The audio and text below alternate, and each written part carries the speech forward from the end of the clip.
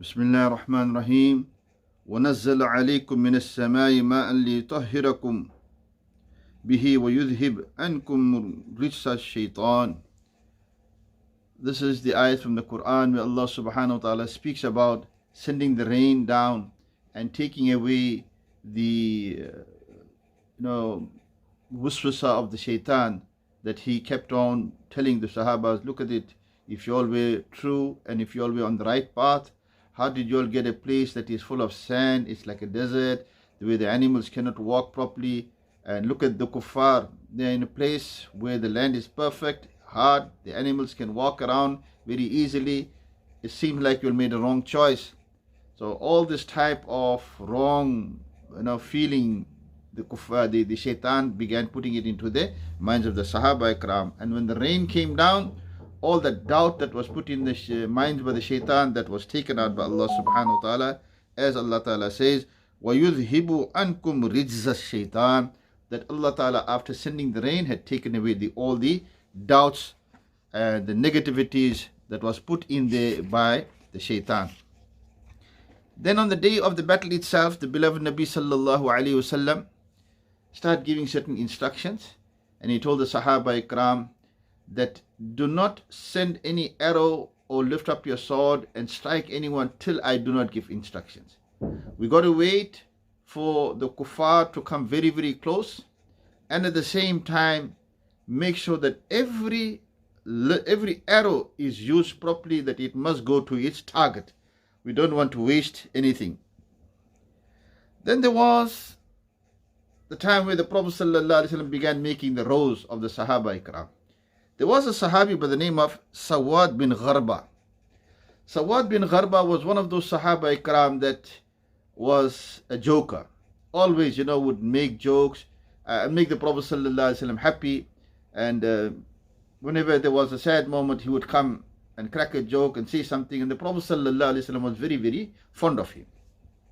So Sawad bin Gharba was in the first line and standing with the Sahaba Ikram. And as I said earlier on in one of my first episodes, that when the Prophet ﷺ left from Madinatul Munawwara, there were those Sahaba Ikram that had a chadar around the waist, and they didn't have no chadar on top of them.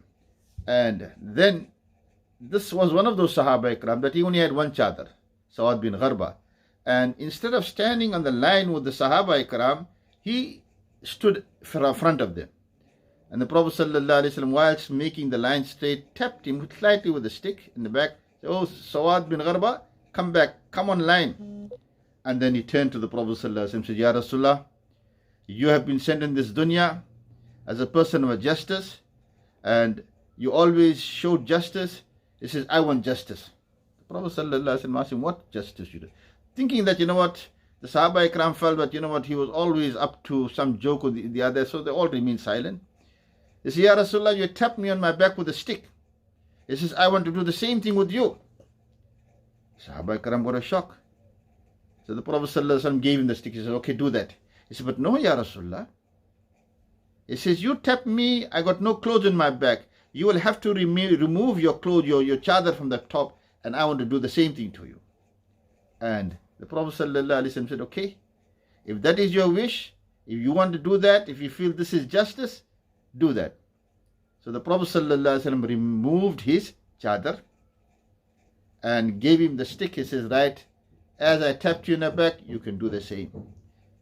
It appears that the moment the Prophet ﷺ removed his chadar, he went and held onto the Prophet ﷺ and he hugged the Prophet ﷺ from the back, and where the khatm nabuwat was, he kissed that thing, he rubbed it to his eyes. And the Prophet ﷺ asked him, oh, Sawad bin Gharba, what are you doing? He said, Ya Rasulullah, I feel that there is like no future for me. I don't know whether I'm going to survive after this battle. So at least there will be one thing that I've done, is to kiss that Muhr Nabuwat of yours. And after this, Allah subhanahu wa ta'ala takes me, it's not a problem.